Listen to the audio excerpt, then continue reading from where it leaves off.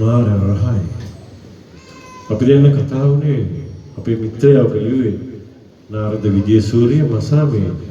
ආඳුරනේ මං ඇහුවා මසාගෙන් මසා මේ වචන කොහොමද එන්නේ?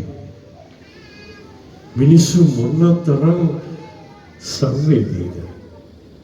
අකුරු වලට පෙරලෙන්නේ නැති මේ කතාව. ඒ වගේම බුද්ධිකාද විශේෂයි. ඒකත් අපි දෙන්න කතා වුණා. ඔහු දැන් ඉතා හොඳින් ගායනයේ ඉදිරියට එනවා. Class. මම කියන්නේ NVQ level කීයද? level 2. තවද යන්නේ ඉස්සරහට.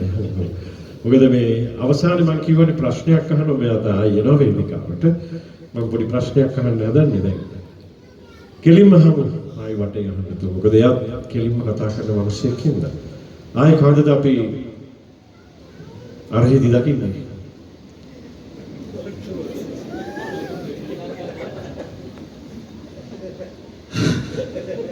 ඔගොල්ලෝ hina වෙනවා එතකොට. මම ඒකට තමයි කැමති. මහල්ලා සහ මහමූද ඒ පොතේ තියෙනවා මිනිස්සු පරාජය කරන්න පුළුවන්. හැබැයි මිනිස්සු විනාශ කරන්න බෑ කියලා. පරාජය තියෙනවා. විනාශ වෙලා නැහැ. ඒක තමයි උත්තරේ.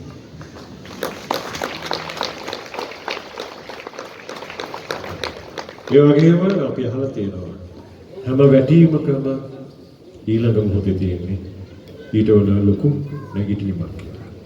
ඒ නිසා අපි ඔබට සුබ ප්‍රාර්ථනා කරනවා. කැමති තැනක කැමති විදිහට මතුවලා නැගී සිටින අවස්ථාව ලැබේවා කියලා. කැමති තැනක කැමති විදිහට. අපි යමු අපේ